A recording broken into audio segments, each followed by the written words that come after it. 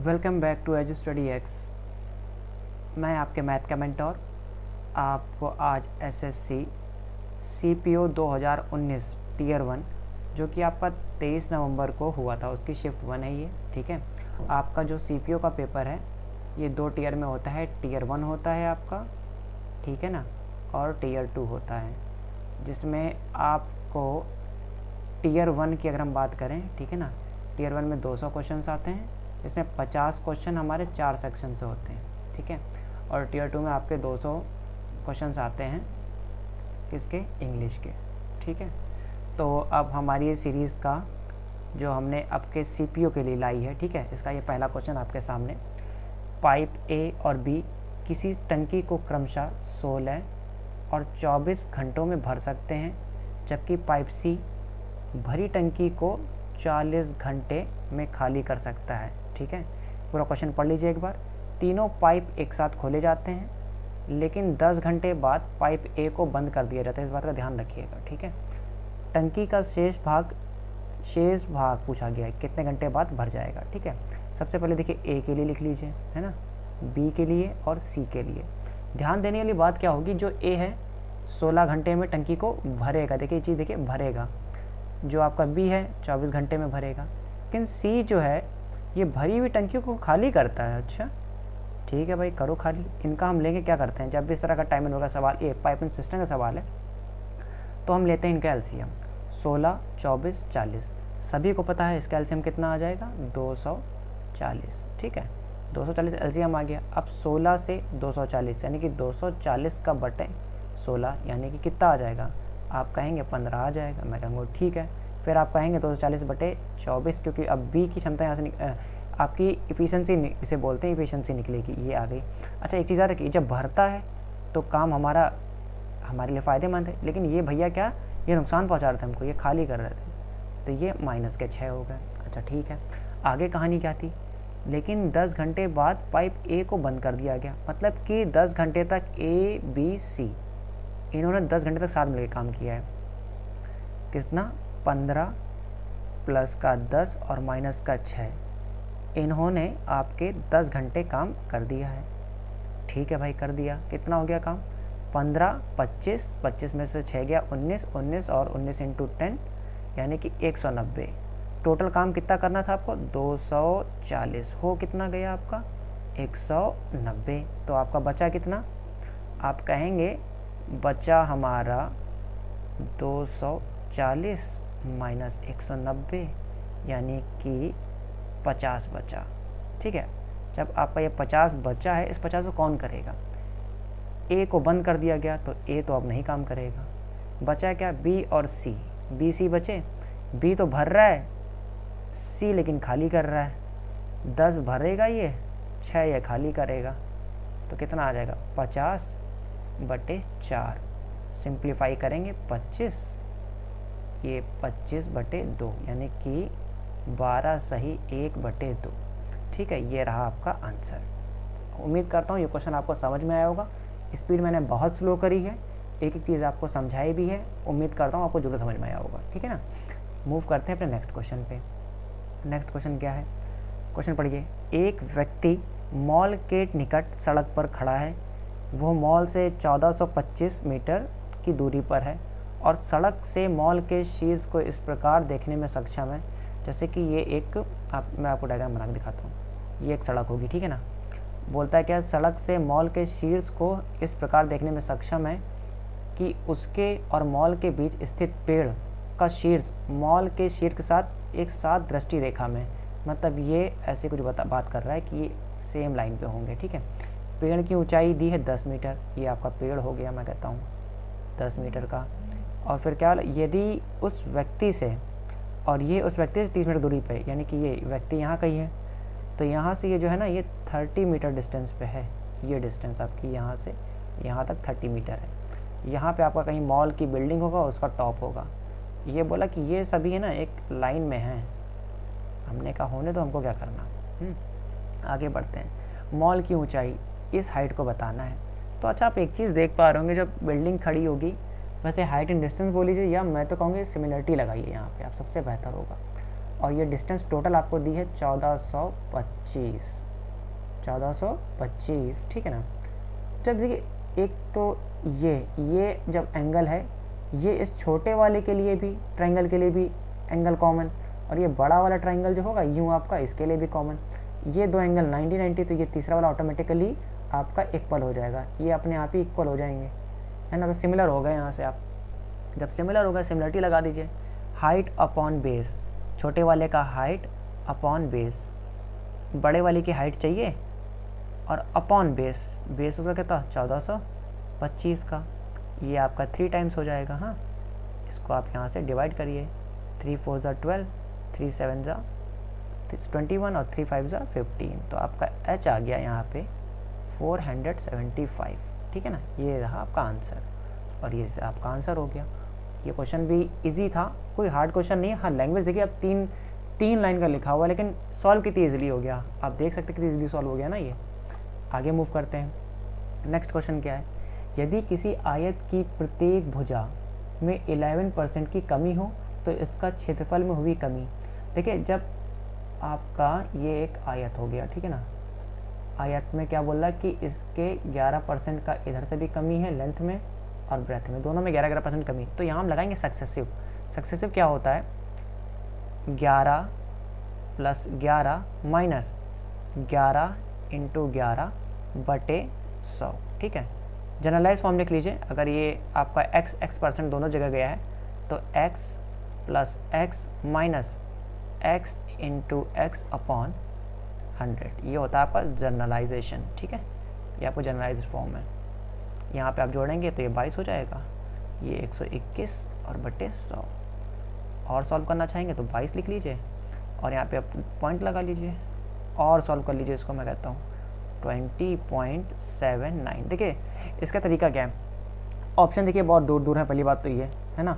Approach क्या करनी है कि 22 में से 1 जाना है तो कितना बचना है, 20, 21 बचा, लेकिन 0.21 और घट रहा है, तो यानी ये कहीं ना कहीं 20 के पास जाके लाई करेगा। एक ही ऑप्शन है 20 के पास, यही हमारा आंसर हो गया। ये एक स्मार्ट अप्रोच है, ठीक है। ये अप्रोच आपको डेवलप करनी ही पड़ेगी अगर आपको एग्ज़ाम, जिस तरह का SSC का चलन बन गया है ना, उसके हिसाब से आपको ये सब चीज़ें अब बहुत ही जल्द खुद के अंदर लानी होंगी। स्मार्ट वर्क करना सीखना होगा, और उसी के लिए हम लोग प्रयासरत हैं, हमारी पूरी टीम, ठीक है, आपके साथ अच्छे से मेहनत कर रही है। तो आप भी हमें सपोर्ट करें, ठीक है ना। मैं क्वेश्चन लिख ले रहा हूँ, पढ़ा। ये देखिए एक बहुत बड़ी सी डिजिट है, मल्टीप्लाई में दी है, ये भी मल्टीप्लाई में, 12 से इसे करना है डिवाइड, तो प्राप्त शेषफल ज्ञात करना है। क्या करिए, इसका तरीका ये कि आपको इन सभी को इंडिविजुअली डिवाइड कर दीजिए, ठीक है। जब इससे आप इसको डिवाइड करेंगे तो 12 × 12, मैं आपको लिख दे रहा हूँ, 12 × 12 हो गया आपका, यहाँ से 23 बना, फिर से 12, 93 बना, 93 का आप यहाँ पे 12 × 12, 23, 9, 93, और 93 इसका मतलब कि आपका ये 84, 94, 91, फिर से 84, 94, 6 7 74, 72, 23 आपका, फिर से एक बार 9, 93, यानी कि यहाँ से कहीं 3 आ रहा होगा आपका, यहाँ से 12, 2, 1, 102, 96, 6, यहाँ पर से क्या होगा, यहाँ पर से देखिए एक चीज़ देखिए, जब यहाँ पे था तो यहाँ पे 6, तो यहाँ 3 ज़्यादा, रिमाइंडर 3 और ज़्यादा होगा, तो 9 यहाँ होगा। इनका मल्टीप्लाई करिए आप सभी में, है ना, इनका मल्टीप्लाई करिए, 18 9 162 अपॉन 12 कीजिए ज़रा, यहाँ से कितना आएगा। यहाँ से आप देख सकते हैं ये 156 तक जाएगा, लेकिन उसके बाद रिमाइंडर कितना बच जाएगा, 6 रिमाइंडर बच जाएगा हमारा। बस वही चीज़ हमने क्या करते हैं, सबका इंडिविजुअली डिवाइड करते हैं, जो आता है उसको यहाँ लिख लेते हैं, फिर उसका भी मल्टीप्लाई कर लीजिए आप, उसके बाद फिर से डिवाइड कर दीजिए 12 से, तो 156 तक तो कटेगा, क्योंकि 12 × 13 कितना होता है, 12 × 13 ये आपका 156 हुआ, तो रिमाइंडर कितना बचा आपका, 6 बच गया, 6 बचा ना, यही हमारा आंसर हो गया 6। आगे बढ़ते हैं। देखिए ये क्वेश्चन, इस क्वेश्चन को क्या है, मैंने शॉर्ट वीडियो के फॉर्म में इस क्वेश्चन को कराया था। ये आपका CPO में भी है और CHSL में भी ये क्वेश्चन आया हुआ था। मैंने क्या अप्रोच बताई थी आपको, ये A² है, B² है, C² है, ये है। बाकी इस फॉर्मेशन में मैंने कहा था कि आपको इसको 2 × S फॉर्म में देखना है। अंदर कितना 6A 6B माइनस का 12C, ठीक है। जैसे कि आपको एक चीज़ पता होगी कि ए स्क्वायर प्लस का बी स्क्वायर प्लस का 2ab ये क्या होता है, ये आपका कहेंगे ये a प्लस बी का होल स्क्वायर है ना।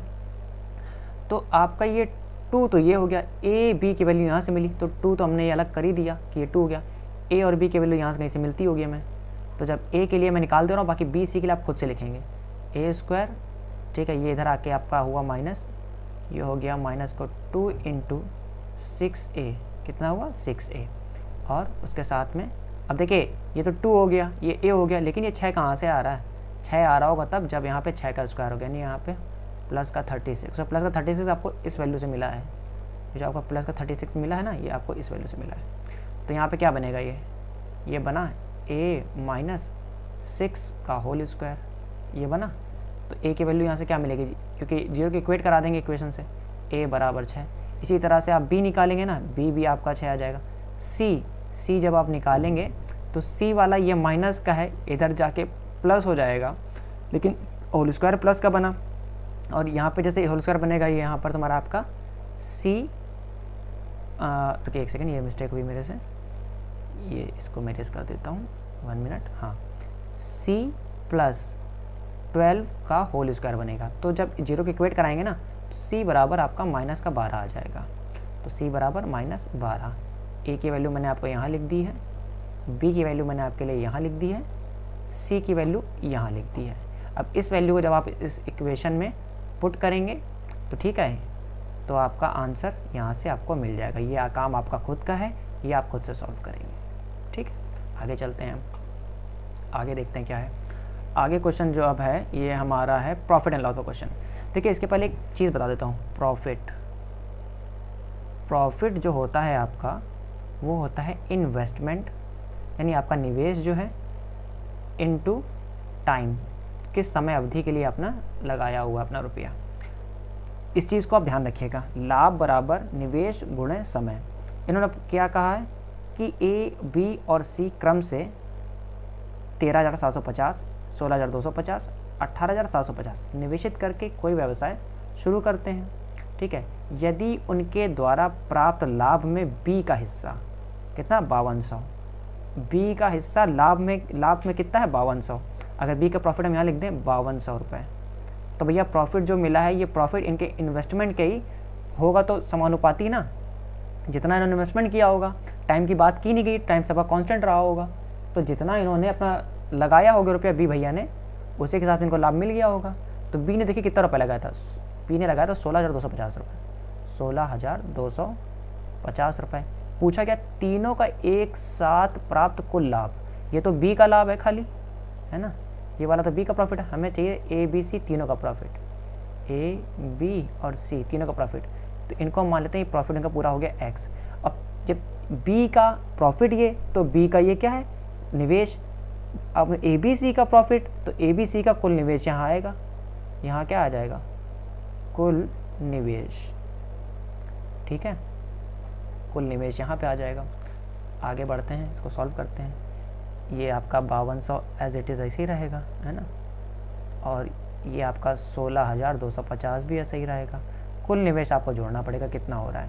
देखिए जोड़ने का आपको 2 तरीके बता देता हूँ। एक तो आप क्या करिए कि हर डिजिट को जोड़िए यूँ सिंगल करके, वरना एक आप रफली काम कीजिए। रफली क्या करिए, जैसे कि आपको ये देखिए 18,000, 16,000, 13,000, 18, 16, 16, 32, 34, 34 और 13, 34 और 13 आपका हो गया कितना 47। अच्छा 47,750 ये 250 ये 47,000 और ये 48,000, 48,000 बाद ये कितना 750 ये बचा, तो कितना हो गया ये आपका, आप कहेंगे ये आपका हो गया सीधे 48,750। देखिए यही वो तरीके हैं जिससे आप एग्जाम में टाइम बचा सकते हैं, ठीक है। उसके बाद देखिए इधर से देखिए यहाँ 1 6 देखिए 4 8 देखिए 16 3 48 होता है, और 250 का ये देखिए पेयरिंग कर दे रहा हूँ मैं, इसका इससे इसका इससे, ये इससे 3 टाइम ये इससे 3 टाइम, तो हमें पता चलेगा ये इससे 3 बार में कट जाएगा।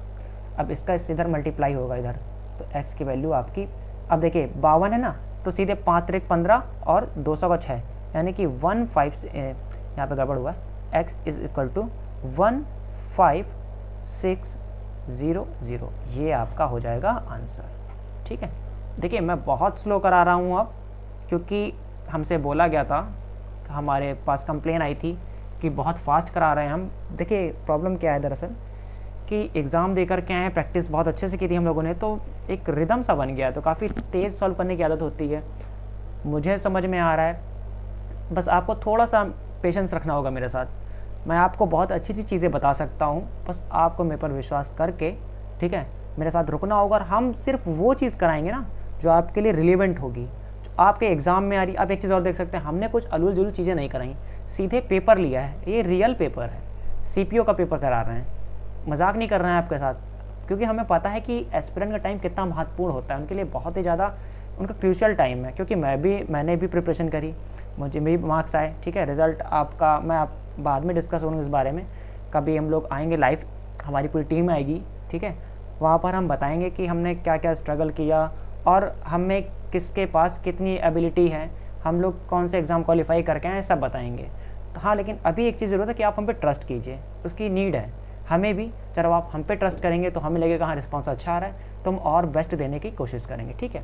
अब क्वेश्चन पे आते हैं, क्वेश्चन नंबर 7 है ये। बोला PA और PB O केंद्र वाले वृत्त के बाह्य बिंदु P से, देखिए खींची गई 2 स्पर्श रेखाएं। एक चीज़ मैं ये बता दूं, जब भी इस तरह के क्वेश्चन है ना, आप प्रैक्टिस जब आप करते रहेंगे तो आपको किस समझ आएगी कि PA PB बोल रहा है O केंद्र, तो आप कुछ नहीं सोचते हैं, सीधे सीधे क्या करते हैं। बस मैं तो यही करता था कि इतनी आदत पड़ चुकी थी मुझे कि ये A होगा, यहाँ कहीं A बोल रहा होगा, ये ऐसा बोल रहा होगा मेरे से, तो मैं कुछ नहीं करता था, बस क्वेश्चन पढ़ते ही सीधे इस चीज़ को ड्रॉ कर दिया करता था, ठीक है। उसने ये बोल ही दिया था कि P से खींची गई, A B बोला गया, O इसका सेंटर रहा होगा यहाँ कहीं पे सेंटर, है ना। अब आगे पढ़ते हैं, यदि A और B बिंदु वृत्त पर इस प्रकार स्थित हैं कि APB, आपको APB एंगल दे दिया उन्होंने, APB, ये देखिए इस लाइन को इस तरह से ड्रॉ कर लीजिए, इसको ऐसे और इसको यहाँ मिला दीजिए। APB बोल दिया आपसे कितना है 128 आपका। हर किसी को पता है जिसने भी प्रिपरेशन करी, अगर ये 128 है ना, ये वाला एंगल ऑटोमेटिकली कितना हो जाएगा, क्योंकि यहाँ पे फॉर्मेशन होता है। देखिए ये एंगल, ये एंगल, ये एंगल कितने कितने होंगे, 90 के होंगे। क्यों होंगे, क्योंकि ये आपकी स्पर्श रेखा के साथ बना हुआ कोण है। तो अब तीनों एंगल का सम, ये 3 एंगल सम 360 से आप कर देंगे माइनस किसको, 90 प्लस 90 और प्लस का 128, ठीक है। तो जो आपका बचेगा वही वाला एंगल आपको मिल जाएगा। एक तो तरीका ये, वरना सीधे इसको भूल जाइए, इसको निगलेक्ट कीजिए, इसको निगलेक्ट कीजिए। अगर ये 128 है तो बचे हुए के 180 से आप सीधे सीधे माइनस कर दीजिए, 180 से 128, ठीक है। तो आपका कितना आ जाएगा, आप कहेंगे ये हमारा आ गया 52 आ गया, ये आपका 52 आ गया, है ना। लेकिन अभी हमारा आंसर नहीं आया है, क्योंकि पूछा क्या गया, OAB क्या एंगल पूछा गया। अब देखिए ये रेडियस है, ये भी रेडियस है, रेडियस है तो साइड्स इक्वल, तो एंगल इक्वल, ये एंगल बराबर, तो कलर चेंज कर लेता हूँ, देखिए थोड़ी सी वरना समझने प्रॉब्लम, ये एंगल बराबर हो जाएंगे, है ना।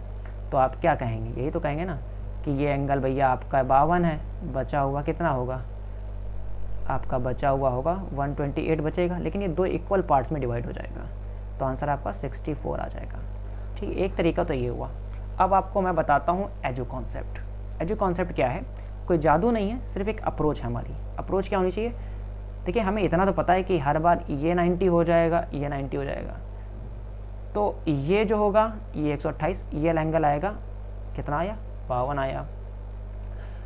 अब ये 52 आ गया, तो 52 कब आए, जब ये 128 से वाला क्या क्या गया है, 52 हुआ, ये 180 हुआ, तो ये पूरा एक पेयर बना, एक तरह से देखा जाए तो वो मिला के यही सम बन गया ना 180। तो इसको हटा देते हैं, सीधे 18, यही तो जा कर के यहाँ पर और यहाँ पर आपस में बट गया है ना, जो 128 है यही तो 2 पार्ट में बट गया है ना। एक ऊपर आपका एंगल A बना दिया, OAB बना दिया एक पार्ट, OBA बना दिया एक पार्ट, तो यहीं पर तो आपका 64 और 64 आया है। तो इस तरह से ये आपका आंसर हो गया। कई बार देखिए ये चीज़ें प्रैक्टिस से आती हैं, कोई मैजिक नहीं होता, शॉर्ट ट्रिक्स नहीं होती हैं, बस मिडिल स्टेप्स होते हैं जिसमें आप कुछ स्टेप्स को स्किप करके पहुंच सकते हैं, ठीक है। अब देखिए ये आपका क्वेश्चन आ गया, यहाँ पर दिया गया है हिस्टोग्राम छात्रों की ऊंचाई को दर्शाता है। ये हिस्टोग्राम है ना आपका, ये आपकी हाइट को रिप्रेजेंट कर रहा है यहाँ पे स्टूडेंट्स की, ठीक है। क्वेश्चन देख सकते हैं आपके सामने विजुअल होगा। अब देखिएगा, उन छात्रों का प्रतिशत ज्ञात करें जिनकी ऊंचाई वर्ग अंतराल 160 170 में है। 160 170 में कौन सा आएगा, 160 170 में आपका ये वाला आएगा और ये वाला आएगा, ये 2 आपके आएंगे 160 170 में।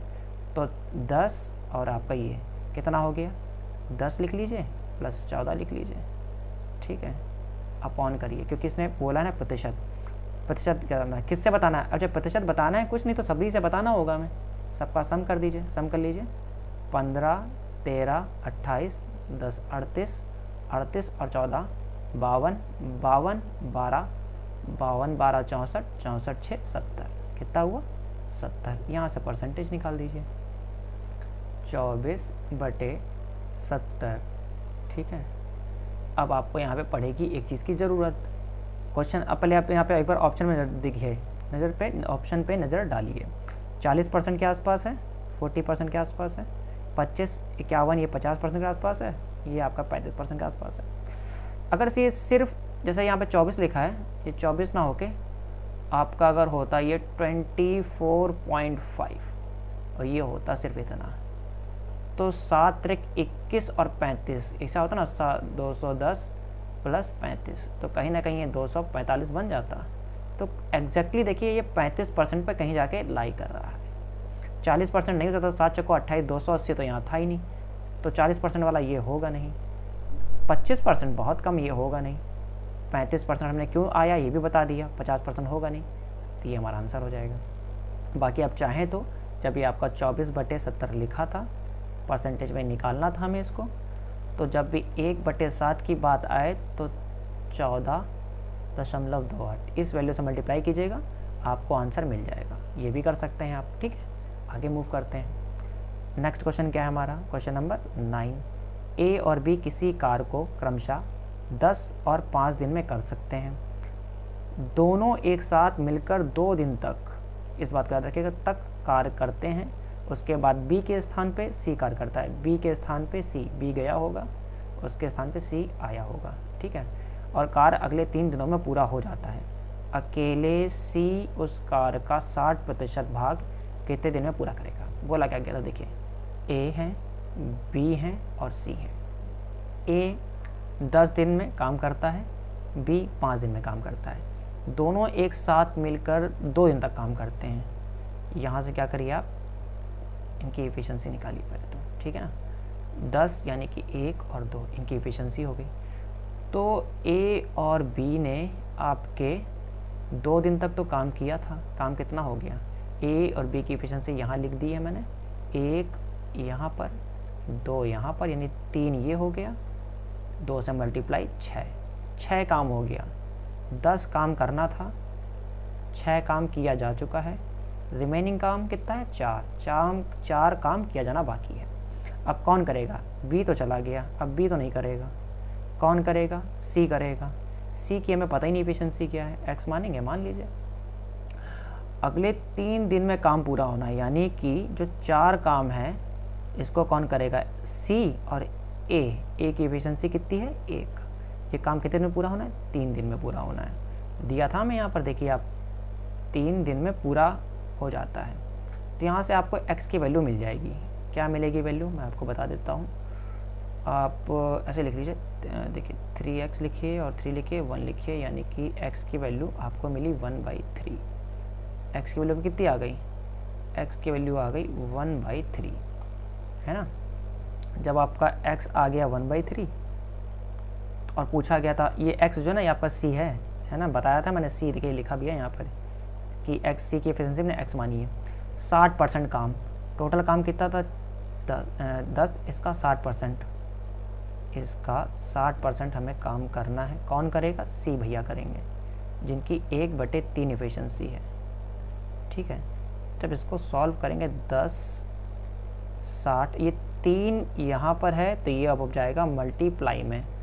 अब जब मुझे तो नहीं लगता कि आप इसमें भी कोई परेशानी होगी, है ना, कि ये भैया नीचे था ऊपर कैसे चला गया, इतना तो सभी को पता होगा, है ना। 6 3 = 18, 6 3 = 18, ये रहा हमारा आंसर। बहुत आसान क्वेश्चन था, बहुत इत्मीनान से सॉल्व किया है और मैं एकदम धीरे धीरे सॉल्व कर रहा हूँ अब, ठीक है ना। जिस क्वेश्चन में अगर अभी भी प्रॉब्लम हो तो हमें बताइएगा और अच्छे से एलोबरेट करने की कोशिश करूँगा मैं, ठीक है। शिकायत हो गई थी हमारी, है ना, तो डॉक्टर साहब ने बोला कि भैया आप स्लो पढ़ाएं, क्या कर रहे हैं सर, ठीक है। नेक्स्ट क्वेश्चन पे आते हैं। दिए गए पाई चार्ट वर्ष 2005-2015 में किसी आइसक्रीम फ्लेवर्स की लोकप्रियता को निरूपित करते हैं। अब क्वेश्चन पे आइए, यदि प्रतिशत बिंदु चक्र 10,000 की वार्षिक अतिरिक्त बिक्री में बदलता है तो 2005 से 15 तक स्ट्रॉबेरी, ध्यान दीजिएगा इस चीज़ पे, स्ट्रॉबेरी और बटर स्कॉच की संयुक्त वार्षिक बिक्री में कितनी वृद्धि हुई होगी। किसकी इसकी बात करी इन्होंने, स्ट्रॉबेरी देख लीजिए, ये वाली स्ट्रॉबेरी से ये वाली स्ट्रॉबेरी में कितना फ़र्क आ गया। 2005 से 2015 में स्ट्रॉबेरी में कितना उछाल आया इसकी लोकप्रियता में। आप कहेंगे कुछ ना करिए, इसको लिखिए ऐसे, डिफरेंस का सिंबल लगाइए और 20.5 लिख दीजिए। डिफरेंस निकालेंगे ना भैया 1.6 आ जाएगा। ये हो गया आपका स्ट्रॉबेरी के लिए। दूसरे आपके कौन से थे, बटर स्कॉच भैया थे, ये बटर स्कॉच हो गए हमारे। बटर स्कॉच को यहाँ देखिए 10.8 और यहाँ पर देखिए 16.6। डिफरेंस लेंगे कितना आ जाएगा आपका। देखिए इसका तरीका बता दूं, जैसे ये 8 है, इसको आप 2 बढ़ा लीजिए, 168 हुआ तो सीधे सीधा कहेंगे 60 डिफरेंस, लेकिन मैं 2 तो बढ़ाया था, 2 घटा दीजिए, 60 तो नहीं, कितना 58, है ना। हुआ आसान ना, देखिए कितनी इजीली कर सकते हैं आप सीधे चीज़ों को ऐड कर लीजिए। इसको भी देखिए और आसान कीजिए, इसको 2 यहाँ से दे दीजिए इसमें, तो कितना हुआ 60, तो 2 जब दिया तो बचा कितना 14, टोटल 60 और 14 कितना 74, यानी कि 7.4 है यहाँ पर। यहाँ तक कोई परेशानी नहीं हुई होगी। देखिए हम कहाँ कहाँ स्मार्ट वर्क कर सकते हैं, कैसे कर सकते हैं, अच्छे से पता है मुझे, मैं आपके साथ शेयर करूँगा, बशर्ते आपको मेरे साथ रहना पड़ेगा, ठीक है ना। 7.4 और बोला है कि ये देखिए अब इस चीज़ का हमें करना है यूज़, जो दिया था ना बिंदु चक्र 10,000, यहाँ पे 10,000 से कर देंगे मल्टीप्लाई, एक डेसिमल की वजह से एक आपका 0 चला जाएगा, बेचारा फालतू में मारा गया, आंसर आ गया 74,000। ये रहा आपका 74,000। आगे चलते हैं, अगला क्वेश्चन क्या है। क्वेश्चन आपका है कि 7 वर्ष पहले ए और बी की आयु का अनुपात 4:5 था, 8 वर्ष बाद ए और बी की आयु का अनुपात 9:10 है। उनकी वर्तमान आयु का योगफल बताना है, उनकी प्रेजेंट जो एज है उसका। एक्स से बताता हूँ पहले मैं आपको, ठीक है ना। ए और बी, ये 4x, ये 5x।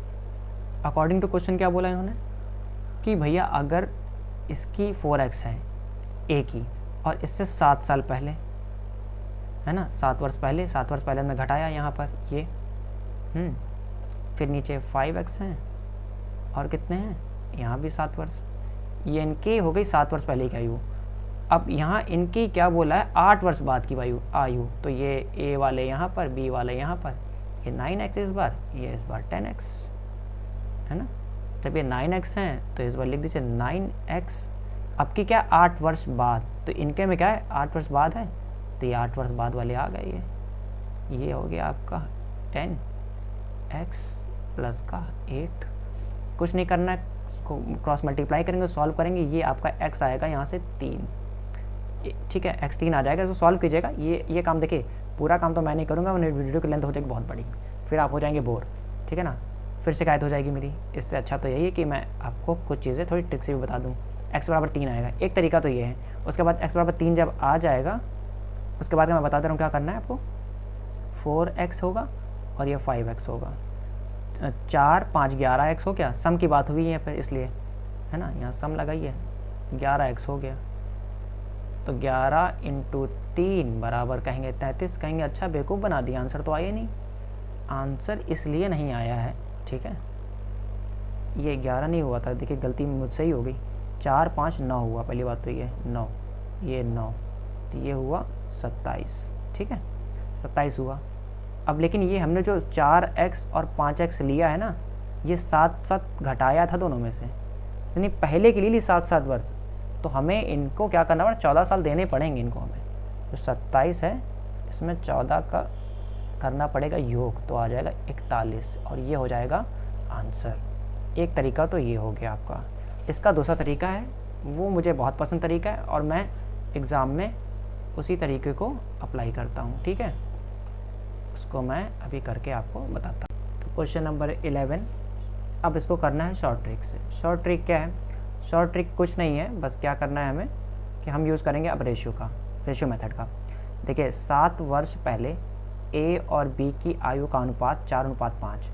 तो पहले ए है इधर है, बी इधर है, ये 4:5 है, कब का? 7 वर्ष पहले का है, 7 वर्ष पहले। उसके बाद क्या है? 8 वर्ष बाद ए और बी की आयु का अनुपात कितना है? 9:10। इधर लिखिए, ए का 9, बी का है 10। अब क्या करते हैं, सबसे पहले यहाँ का डिफरेंस देखते हैं। डिफरेंस यहाँ कितना है? 1 का। यहाँ डिफरेंस कितने का? 1 का। तो इसमें हमें ज़्यादा कुछ नहीं करना है।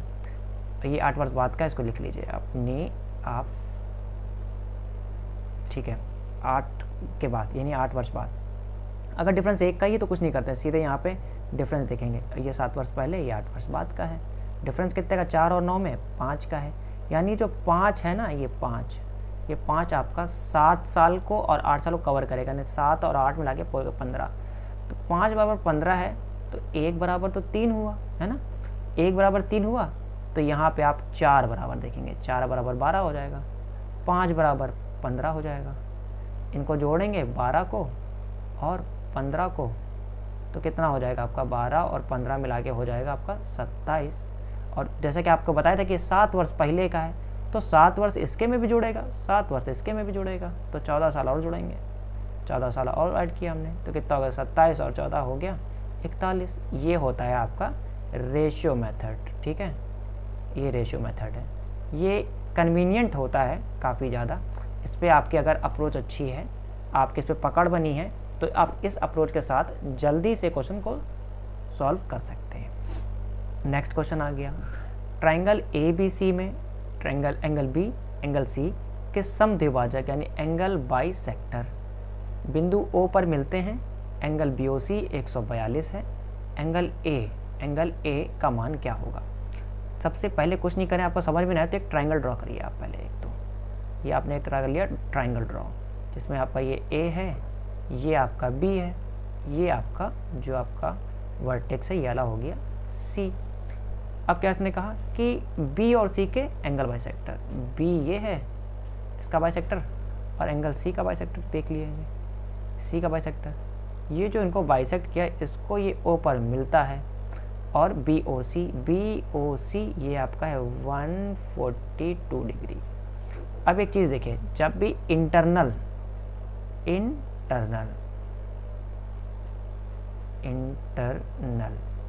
एंगल बाइसेक्टर की बात होगी तो हमें कुछ नहीं करना होगा, हमें ये एंगल BOC मिलेगा।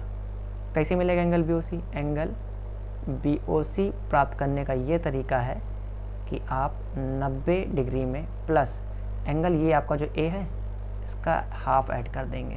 क्या करेंगे? हाफ ऐड करेंगे। BOC आपको पहले से दिया हुआ है 142 डिग्री और आपको एंगल A ही आपसे यहाँ पर पूछा गया हुआ है, तो जो हमारा रूल होता है उसको सेटिस्फाई करेगा। इस 90 को इधर से करना है सब्ट्रैक्ट, सीधे सीधे लिखिए 52 इसको। एंगल A/2 बराबर 52, तो सीधे एंगल A बराबर आपका आ जाएगा 104 डिग्री। ये आपका आंसर ये रहा, ठीक है। ये होता है इंटरनल एंगल बाइसेक्टर के लिए। अगर हमें एक्सटर्नल दिया होता, एक्सटर्नल मैं इधर लिख दे रहा हूँ, अगर एक्सटर्नल दिया होता, ठीक है, तो हो जाता है 90 माइनस एंगल A/2। अब A/2 अगर एक्सटर्नल वाला दिया होता मुझे, यहाँ पे एक्सटर्नल जो बनता है उनका, अगर ये दिया होता तब ये चीज़ अप्लाई कर देते हैं, ठीक है। अभी तो फिलहाल इसकी ज़रूरत यहाँ इस क्वेश्चन में नहीं थी। आगे चलते हैं नेक्स्ट क्वेश्चन पे। अब नेक्स्ट क्वेश्चन क्या है हमारा? नेक्स्ट क्वेश्चन जो है वो हमारा है ये क्वेश्चन नंबर 13। 74 किलोमीटर प्रति घंटे की चाल से चलने वाली रेलगाड़ी X, जो 74 किलोमीटर प्रति घंटे की रफ्तार से चल रही है रेलगाड़ी, वो कौन सी रेलगाड़ी है? X है। विपरीत दिशा में चल रही 52 किलोमीटर प्रति घंटे की चाल से चलने वाली रेलगाड़ी Y को 12 सेकंड में पार करती है। जब दो रेलगाड़ियाँ पार करती हैं एक दूसरे को, है ना, तो वो उन दोनों की डिस्टेंस जो होगी उसके बराबर, उन दोनों की लंबाई जो लेंथ होगी उसके बराबर डिस्टेंस कवर करती है, ठीक है। यदि रेलगाड़ी Y की लंबाई रेलगाड़ी X की लंबाई की 2/3, यानी रेलगाड़ी Y की जो लंबाई है ये रेलगाड़ी X की लंबाई की 2/3 है। XY का रिलेशन आया यहाँ से, क्या आया? इसको ऐसे रखिए, ज़्यादा कन्वीनियंट रहेगा, है ना। अभी इसको अलग नहीं करते। अब देखिए एक चीज़ बता दूं, जब भी अपोजिट जब अपोजिट डायरेक्शन से ट्रेन्स या कोई भी व्हीकल डायरेक्शन से अगर आई हैं, ठीक है ना, ION होता है, गलत लिखा है यहाँ पे मैंने डायरेक्शन, अपोजिट डायरेक्शन से आएंगे तो उनके स्पीड का करते हैं सम, अगर अपोजिट डायरेक्शन से हैं। और अगर सेम ही डायरेक्शन में जा रही हैं, सेम डायरेक्शन में, ठीक है, तो फिर होता है उनकी जो स्पीड है उनका डिफरेंस लिया जाता है। तो यहाँ पे क्या लिया जाएगा, आप पहले खुद बताइए। यहाँ पे विपरीत की बात हुई है, विपरीत की, विपरीत मतलब अपोजिट, तो यहाँ हम क्या करेंगे, सम का इस्तेमाल करेंगे यहाँ पर हम, ठीक है ना। यहाँ पे हम क्या करेंगे, यहाँ पे हम इस्तेमाल करेंगे सम का। मैं इरेजर यूज़ करना चाहता हूँ, क्यों, क्योंकि यहाँ पे हो गए घौच पौच हो गई है। घौच पौच बोले तो कि क्लैरिटी नहीं है, दिखेगा नहीं मुझे क्या मुझे करना है और क्या नहीं करना है। जो मैं समझाना चाहता था वो आप समझ चुके हैं, ठीक है। अब मैं करता हूँ सॉल्व इसको, ठीक है ना। अब मैं क्या करूँगा, सॉल्व करते हैं इसको हम यहाँ पर, है ना। क्वेश्चन नंबर 13 चला था हमारा। क्या करना है, क्या है, हमें अपोजिट डायरेक्शन की बात करी है इन्होंने। कौन सी डायरेक्शन की, अपोजिट डायरेक्शन की बात करी थी भैया ने, ठीक है भाई। तो हम क्या करेंगे, x और y की जो इनकी लेंथ होगी वो, है ना, और इनकी जो स्पीड है 74 और 52, अपोजिट डायरेक्शन थे, मैंने बता दिया अपोजिट डायरेक्शन में हम ऐड करते हैं। स्पीड क्या है, किलोमीटर पर आवर में है, किलोमीटर पर आवर में है ना, हमें सेकंड में टाइम दिया हुआ है, तो क्यों ना करके इसको हम कर लें मीटर में। तो कुछ ना करना, जब 5/18 से हमें करना होगा इसमें मल्टीप्लाई। और इस जो प्रोसेस हुई इसमें टाइम कितना लगा इनको पार करने में, 12 सेकंड लगा। अच्छा भैया, तो और हम एक चीज़ बता ही चुके थे ऊपर, आपको हमने पहले लिख दिया था क्या, कि जो आपका x का 2/3 था वो y के इक्वल था। तो यहाँ पर वही चीज़ करिए आप, जहाँ x लिखा है उसको आप y में, या तो y को x में कर लीजिए, किसी को भी में। अगर x की बतानी है तो x के फॉर्म में रखिए, है ना। तो आप ऐसे लिखिए, x और y की जगह लिखिए 2/3x। उसके बाद आपको ये 5/74 को ऐसे लिखिए, अभी 74 + 52, 5 इसको यहाँ रहने दीजिए, और ये जो 18 था इसको भी यहीं पे बरकरार रहने दीजिए, तो ये 12 के इक्वल। अब क्या करना है, देखिए आगे चलिए, ये 3 इधर जाके 3x और प्लस का 2x, तो हो जाएगा कितना, 5x। अब 18 अपॉन, एक तो 5 यहाँ पे 3 हो गया। अब इसके साथ यहाँ पे डिनोमीटर में इनका क्या, इसको आप तो ऐड कर लीजिए आप चाहे तो, 7 × 5 = 12, और ये 4 × 2 = 6, 126 ये हो गया। 5 1 यहाँ पर है, और इधर 12 आपका है ही, है ना, यहाँ पे आपका 12 ऑलरेडी है। तो आप ये करिए, 3 से ये 6, 6 से ये 2, ठीक है। इस 5 से इस 5 को काट दीजिए, तो कितना बचा है यहाँ पर, आप देख सकते हैं बहुत आसानी से, क्या इधर x के इक्वल जो रहेगा, x बराबर 126 ये, और ये 2, इसका होगा इसमें मल्टीप्लाई, कितना आ जाएगा, 252, और यही हो जाएगा आपका आंसर, ठीक है। मूव करते हैं नेक्स्ट क्वेश्चन पे। नेक्स्ट क्वेश्चन क्या है हमारा, ये हमारा ट्रिग्नोमेट्रिक क्वेश्चन हुआ, क्वेश्चन नंबर 14। लिखा है 4 - 2 sin स्क्वायर x माइनस का 5 cos x। जब इस तरह के क्वेश्चन हो, दो तरीके हैं, या तो आप वैल्यू पुट कीजिए, ठीक है, वैल्यू पुटिंग कीजिए, कंडीशन दे रखी है कि थीटा जो है आपका 0 से 90 के बीच में होना चाहिए, वैल्यू पुटिंग कर लीजिए। नहीं तो आप पूरा सॉल्व कीजिए, किसी एक की, जैसे साइन स्क्वायर थीटा है, इसको कॉस के फॉर्म में करिए, फिर क्वाड्रेटिक बनेगी, क्वाड्रेटिक बना करके आपको सॉल्व करना होगा। वैल्यू पुटिंग से करिए इसको, ठीक है ना। देखिए वैल्यू पुटिंग करने के छोटे से कुछ तरीके मैं बता दूं आपको, जैसे कि यहाँ पर आपको क्या चाहिए, 0। अगर आपने यहाँ पर रख दिया कितना, थीटा बराबर अगर आपने रखा 45, तो ये कंडीशन को कर देगा वॉयलेट। इस जो शर्त है या इस यहाँ पे जो भी हमें शर्त दी है उसका ये उल्लंघन करेगा। 45 पे क्या होता है, 1/√2 हो जाएगा। अब √2 तो यहाँ कुछ सीन बनेगा नहीं, √2 यहाँ पे, यहाँ √2 आएगा नहीं, यहाँ √2 आ चुका है, और यहाँ √2 आएगा नहीं, तो भैया ये तो बनेगा नहीं, मतलब 45 तो नहीं हो सकती, ठीक है। बचा क्या, 30 चेक कर लीजिए, कुछ एग्जैक्ट कुछ ही वैल्यू ऐसी होती है स्पेसिफिक जिस पे काम करता है। 30 हो गई, 30 पे देख लीजिए एक बार चेक करके, 30 पे करेंगे तो cos 30 पे कितनी वैल्यू देगा, √3/4 देगा, फिर से रूट में वैल्यू फंस गई, तो ये भी नहीं होगा, तो मतलब ये 30 भी नहीं होगा। 45 चेक करके देख चुके हैं, 30 चेक करके देख चुके हैं, बचा कितना, 60 चेक करिए ज़रा, 60 पे यहाँ 400 पे मतलब ही नहीं होगा। यहाँ साइन के लिए 60, साइन 60 की वैल्यू √3/4, 60 की वैल्यू साइन के लिए √3/4 होती है। तो स्क्वायर के लिए 3 करेंगे, √3/2 माफ़ कीजिएगा, ये 3/4 हो जाएगा यहाँ पर इस तरह से। पेन थोड़ा सा गड़बड़ कर रहा है हमारा आज, तो उस पर थोड़ा कोशिश कीजिएगा। तो आप भी सहें, हम क्या कर सकते हैं, अभी प्रॉब्लम हो रही है। और यहाँ पे 60 पे वैल्यू होती है 1/2, 5/2, ये हमने रखा 60 पे। 4 ये इससे 2 बार में कैंसिल, माइनस का 3/2, माइनस का 5/2, यानी कि 4 और माइनस का 8/2, मतलब कि 0, यानी कि ये इस कंडीशन को सेटिस्फाई कर रहा है। ठीक है, अब जब ये इसको सेटिस्फाई कर रहा है तो हम क्या करें, जब ये इस चीज़ को सेटिस्फाई कर रहा है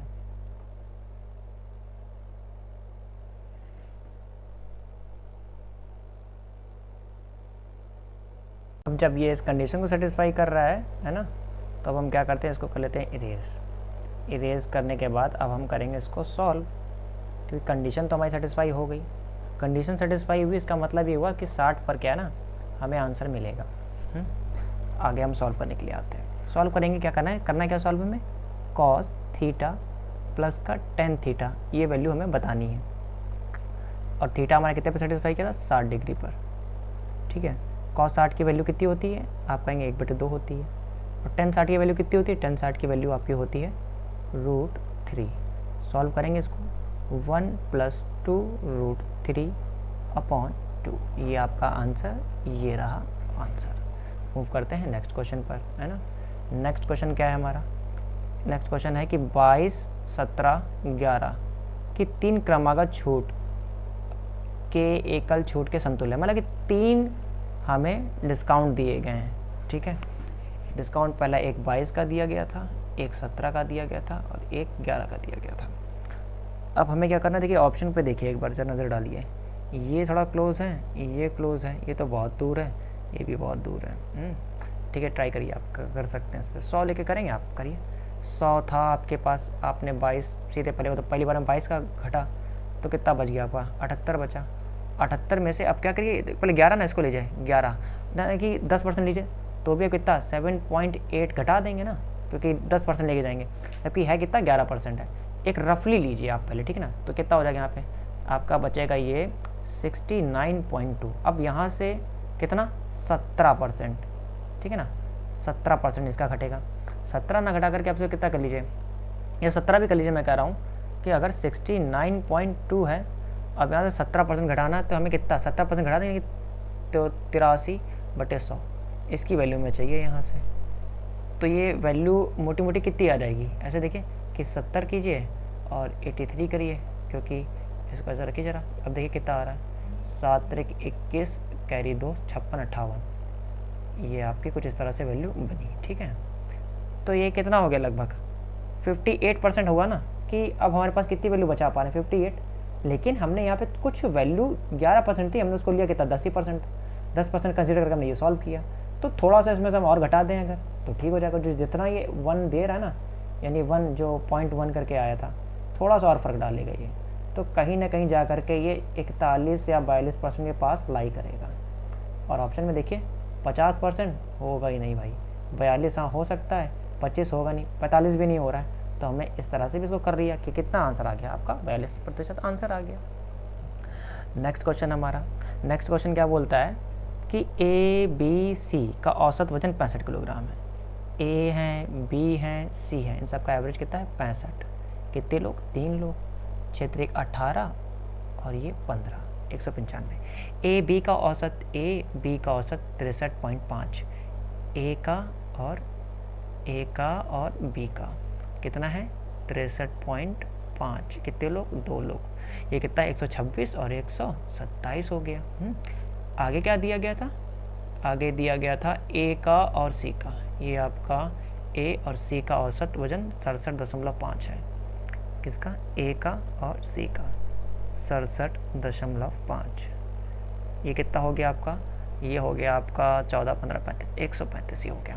ठीक है, जब A B दिया है तो यहाँ पे C मिस है, C निकाल सकते हो, यहाँ पे डिफरेंस लो 195 से, ये आपके कितना आ जाएगा इसको 2 बढ़ा लो, इसको 2 बढ़ा लो अपनी कन्वीनियंस के लिए अपने, ठीक है ना। 2 बढ़ाओ कितना 97, तो 97 हुआ, 70 2 बढ़ाया था, तब 2 बढ़ाया तो 2 घटा दो, तो 70 ना होकर कितना 68, 68 किसकी आ गई, सी के लिए आ गई, है ना। ए के लिए पूछा गया है, सी। अब जैसे यहाँ पर ए और सी दिए हुए हैं हमें, ए और सी तो जिसमें से 68 है, तो 135 ए और आपका सी तो 68 दिया हुआ है, तो यहाँ से कितना आ जाएगा 35 इधर से बचा आएगा, ये आपका है ना। मैं एक तरीका अप्रोच है ये, देखिए यहाँ पे सॉल्व नहीं कर रहा हूँ इसको, यहाँ पे बैल में इसको लिखता है 32 लिख सकता हूँ, तो 35 जुड़ जाएगा और ये आपका 32 जुड़ जाएगा, 35 प्लस का 32 बराबर 67 आ जाएगा, कितना आ जाएगा 67, और यही आपका हो जाएगा आंसर, ठीक है ना। 67 आपका आंसर हो जाएगा इस तरह से। ठीक है ना, हमने किस तरह से सॉल्व किया, और फिर ये यहाँ पर मैंने क्या किया, सीधे सीधे यहाँ पे वैल्यू रख दी, उसके बाद लास्ट में यहाँ जब मैं पहुँचा था यहाँ पर, तो मैंने इस वैल्यू को इसे सब्ट्रैक्ट करना था, तो मैंने देख लिया कि 100 के ऊपर कितना बचा रहा, 35 बचाएगा, और ये इसको और कितनी दे देगा, इसको ये यहाँ से 32 दे देगा, यानी कुल मिला के इसको 67 दे देगा, तो ये हमारा आंसर हो गया। नेक्स्ट क्वेश्चन क्या बोलता है, दो संख्याओं का अनुपात 7:11 है, यदि उनका महत्तम समापवर्तक HCF 28 है, तो दोनों संख्याओं के बीच का अंतर बताना है। संख्या क्या कह दी है, ये मान लिए पहली संख्या 7x है, दूसरी 11x है, तो पहली संख्या गुणनफल दूसरी संख्या गुणनफल किसके बराबर होता है, LCM इंटू HCF, इसी के तो इक्वल होता है ना।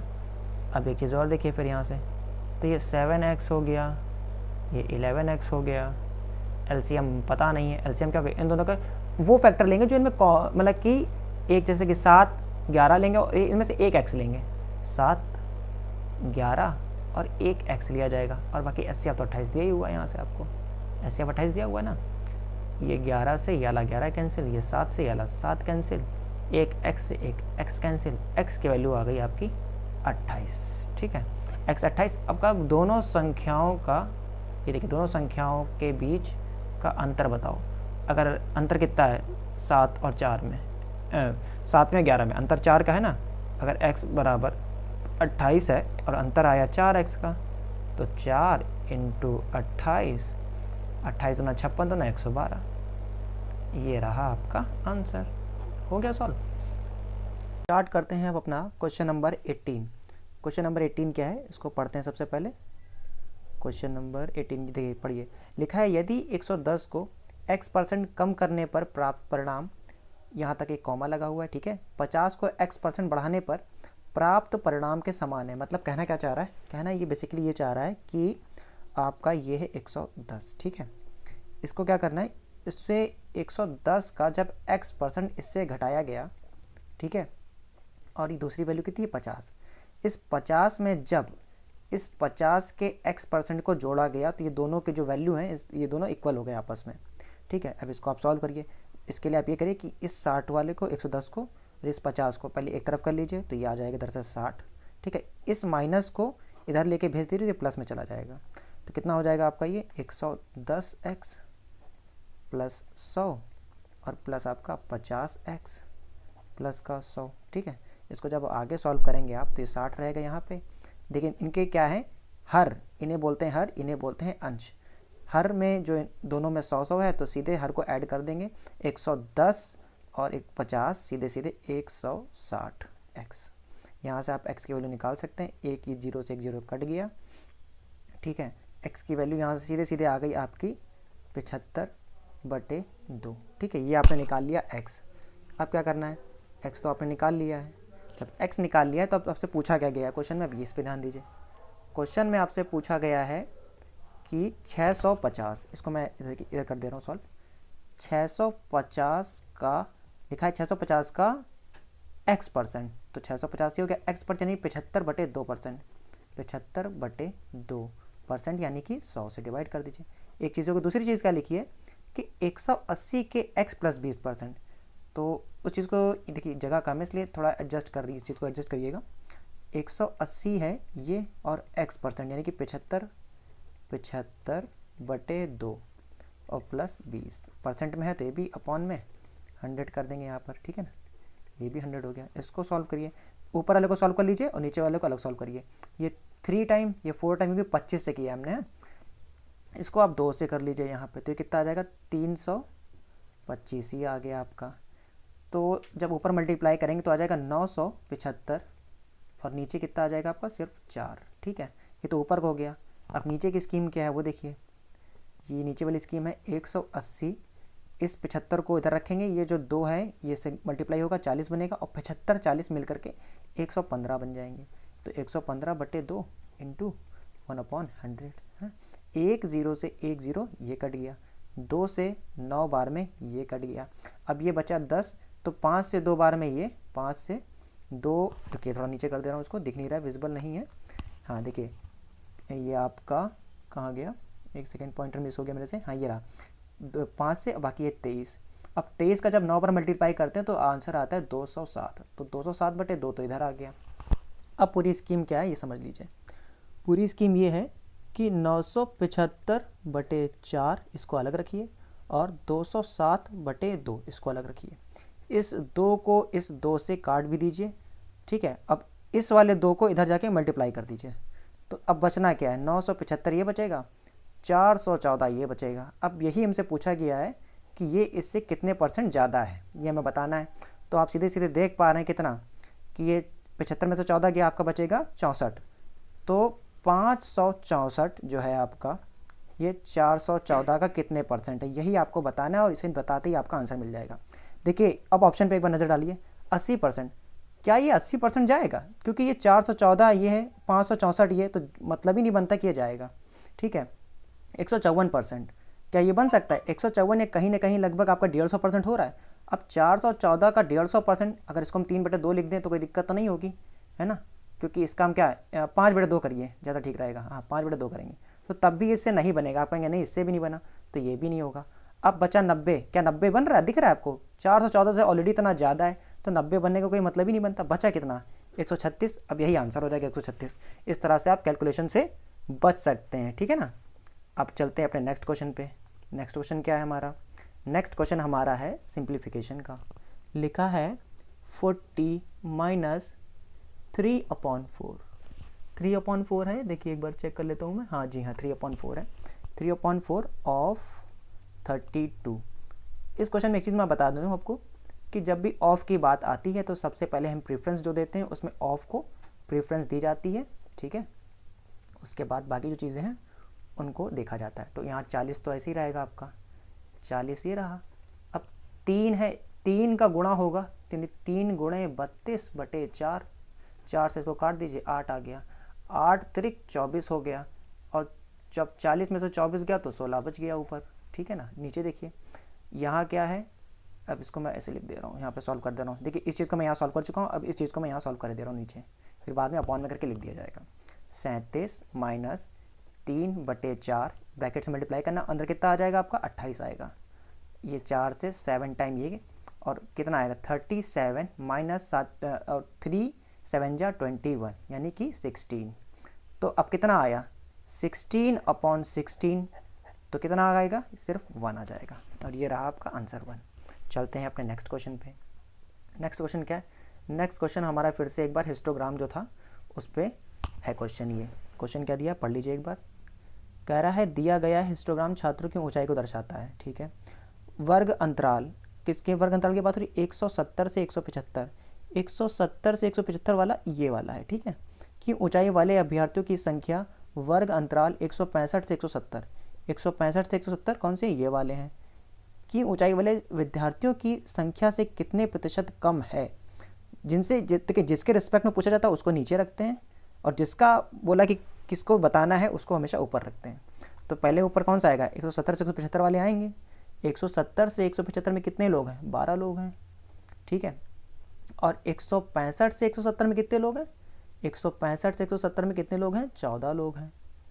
ये 14 लोग हैं, कितने कम हैं यहाँ पर? तो आप कहेंगे कि भैया 2 कम है यहाँ पर, तो 2/14। ठीक है, इंटू 100, या परसेंटेज निकाल देना। 1/7 भी लिख सकते हैं इसको आप। हाँ, तो आपको लिखेंगे कितना? 100/7।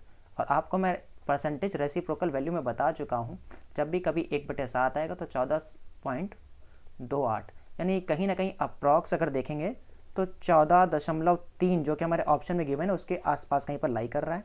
बाकी कोई ऑप्शन ऐसा नहीं है, तो ये नहीं होगा, ये भी नहीं होगा, ये हमारा आंसर हो जाएगा और ये भी नहीं होगा। ठीक है, चलते हैं आगे, मूव करते हैं नेक्स्ट क्वेश्चन पे अपने। नेक्स्ट क्वेश्चन देखिए, इस क्वेश्चन ये आपके एवरेज का क्वेश्चन है, काफ़ी अच्छा क्वेश्चन। ये क्वेश्चन मुझे काफ़ी पसंद है क्योंकि इसमें क्या है ना, क्योंकि थोड़ा कॉम्प्लिकेटेड हो जाता है क्वेश्चन। बस पहले इसको मैं एक्स मान के भी बता सकता हूँ, और एक ट्रिक क्या है, एक शॉर्ट टर्म होता है, कुछ टर्म्स को मिस करके आगे बढ़ना, वही ट्रिक बन जाती है। क्वेश्चन पढ़ते हैं। 12 संख्याओं का औसत 39, 12 संख्याएं हैं, उनका औसत आपका 39 है। अंतिम 5 संख्याओं का औसत 35 है। 5 संख्याओं का औसत कितना है? 35, लास्ट 5 का। और पहली 4 संख्याओं का औसत 40 है। पहली 4 संख्याओं का औसत 40 है। टोटल नंबर कितने हैं? आप कहेंगे 12 हमें बताए गए हैं, लेकिन कितने का हिसाब किताब हो चुका है? 5 ये, 4 ये, 9 का हिसाब किताब हो चुका है। बचे कितने? 3 और बचे हैं, इनका हिसाब किताब होना बाकी है। तो आप देख लीजिए, देखिए 2 तरीके हैं, या तो आप इन दोनों का इनका मल्टीप्लाई कीजिए, इनका इसमें मल्टीप्लाई कीजिए, और फिर इसका इसमें मल्टीप्लाई करके घटा दीजिए। एक तरीका तो ये हो जाएगा, तब आप निकाल सकते हैं जो बचे हुए 3 नंबर होंगे। या एक तरीका और है, ये 39 देखिए और ये 35 देखिए। ये जो 39 है और ये जो 35 है, इसमें कितना कम है? 35 कम है। 35 है तो मतलब 4 कम है, 4 कम है, और 4 5 नंबर पे कम है, तो -20, यानी -20 का नुकसान हमें यहाँ से हो गया है ना। लेकिन यहाँ देखिए, यहाँ हमें फ़ायदा हुआ है। 39 के देखना था, लेकिन हमने लाए कितने हैं? 40 वालों को लिया है। 1 का फ़ायदा हुआ हमें, ऐसे कितने पे? 4 पर, तो प्लस का 4। तो मतलब ओवरऑल हमको -16 का हो गया नुकसान। अब इस -16 का जो नुकसान हुआ, इसकी भरपाई कौन करेगा? जो 3 लोग है ना, ये आपके दिया हुआ यहाँ पर पढ़िए, 5वां, 6ठा और ये 7वां, इसकी भरपाई ये 3 करेंगे। अब इसमें लिखने का तरीका क्या है वो समझ लीजिए, क्योंकि इसको लिखने के लिए क्या, अब अभी लाइन आपको बहुत ध्यान से पढ़नी पड़ेगी। बोला 5वीं संख्या 6वीं संख्या से 6 कम है और 7वीं संख्या से 5 अधिक है। ठीक है, ये ऐसे 5वीं, 6वीं और 7वीं संख्याएं होंगी।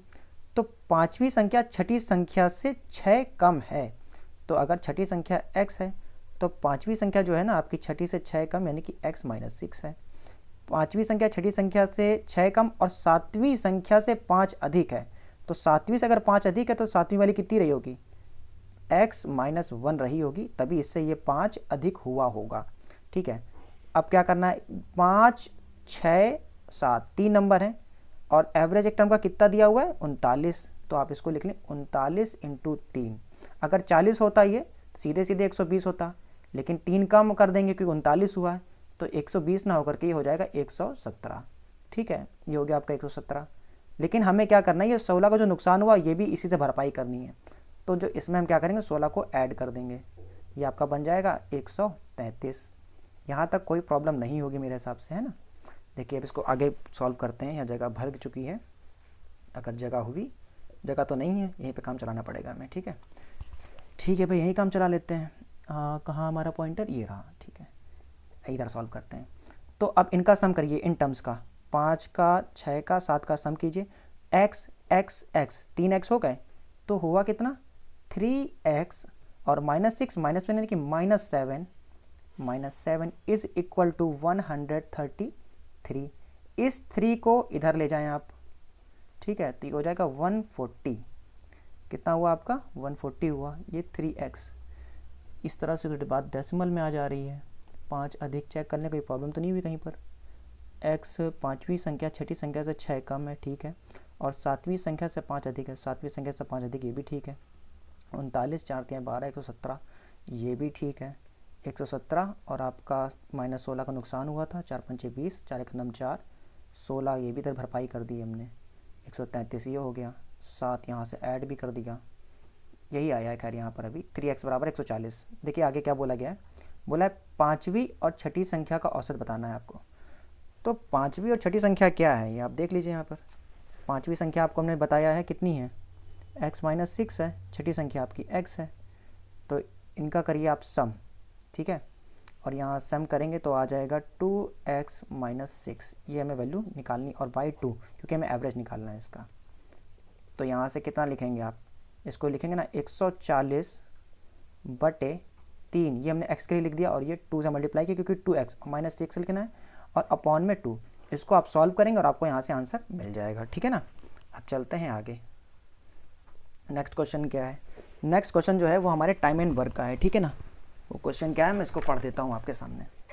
क्वेश्चन है कि ए बी की तुलना में 2 गुना कुशल मजदूर है, यानी ये ए है और ये बी है।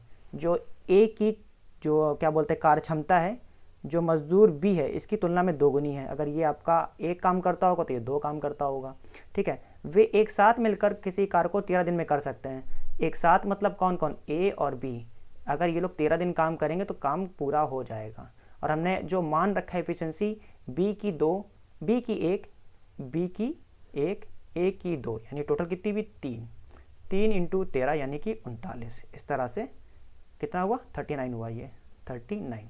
बोला क्या है, अकेले बी उसी कार्य को कितने दिन में पूरा कर पाएगा। टोटल काम कितना करना है, 39। बी की एफिशिएंसी कितनी ली है, 1 ली है, तो बटे 1 कर देंगे यहाँ पर, तो कितना आ जाएगा, 39 आ जाएगा। यही हमारा आंसर हो जाएगा। चलते हैं अपने नेक्स्ट क्वेश्चन पे। नेक्स्ट क्वेश्चन क्या है हमारा, नेक्स्ट क्वेश्चन पढ़ते हैं। त्रिभुज ABC के अंदर एक वृत्त खींचा गया है और यदि भुजा AB BC AC को क्रमशः बिंदु R, बिंदु P, बिंदु Q पर स्पर्श करता है, AQ की लंबाई दी है, PC दिया है, BR दिया है, तो ABC का परिमाप आपको बताना है। कुछ नहीं करिए, आप एक ट्राइंगल को इस तरह से ड्रॉ कर लीजिए, ठीक है, सबसे पहले। फिर उसके बाद इसी के अंदर एक सर्कल भी ड्रॉ कर लीजिए, इस तरह से कुछ यूँ, ठीक है। ट्राइंगल का नाम ABC दिया है, ABC नाम दे दीजिए। अब बोला किसको कहाँ पे टच करता है, AB को R पे करता है, AB को R पे करता है, करा दीजिए टच। BC को P पे करता है, BC को P पे टच करा दीजिए। और AC को Q पर, AC को Q पर टच करा दीजिए। उसके बाद बोला AQ, ये AQ है आपका 3.5 है। PC आपका 4.5 है। BR आपका 7 है। अच्छा, इतना सभी को पता है कि जैसे अगर आपका ये एक वृत्त बना है, ठीक है ना। अब ये इसकी 2 स्पर्श रेखाएं हैं, ये, ठीक है, स्पर्श रेखा है, ठीक से देख लीजिए जरा ये चीज़। हाँ, अगर ये P है, ये A है और ये B है, तो स्पर्श रेखा अगर है तो दोनों ही स्पर्श रेखाएं बराबर होंगी, PA बराबर PB, ये हर किसी को पता होगा, ठीक है ना। उसी चीज़ का हम यहाँ इस्तेमाल करने वाले हैं। यहाँ से हमें देखिए, जब ये 7 है तो ये बचा हुआ टर्म भी 7 हो जाएगा। जैसा ये, अब इसमें देखिए, अगर ये 4.5 है तो ये भी 4.5 हो जाएगा, ठीक है। ये 3.5 है तो ये भी 3.5 हो जाएगा। इस प्रॉपर्टी से, इसका यूज़ करके हम बोल सकते हैं ऐसा होगा। अब इसने हमसे पूछा त्रिभुज ABC का परिमाप बताइए, तो आप ऐड कर दीजिए परिमाप। ये इसको जोड़े, 3.5 का पेयर कर लीजिए, एक 7 बन गया। 4.5 का पेयर कर लीजिए, 9 हो गया। 7 का पेयर कर लीजिए, 14 हो गया। कितना आ गया टोटल, ये हो गया आपका 14, 9, 23, 23 और 7, 30। इस तरह से आपका आंसर आ गया 30। ये रहा आपका आंसर। चलते हैं अपने नेक्स्ट क्वेश्चन पे। ये आपका एक क्वेश्चन आ गया, मेंसुरेशन का आ गया क्वेश्चन। बोला है किसी बेलन के आधार की त्रिज्या 14 सेंटीमीटर है।